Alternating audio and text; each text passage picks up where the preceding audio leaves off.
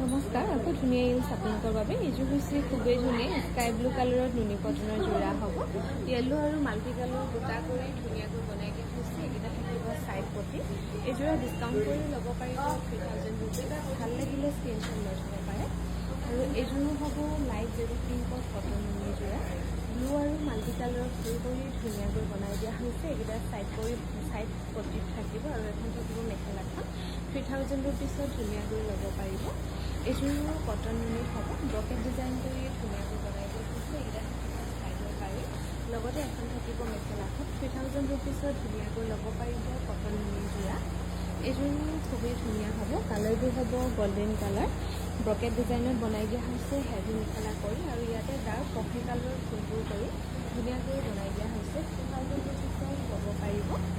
এইযোৰো cotton নুনিৰ যোৰা হ'ব। Heavy মেখেলা কৰি ধুনীয়াকৈ বনাই দিয়া হৈছে। এইকেইটা থাকিব চাইড পাৰি।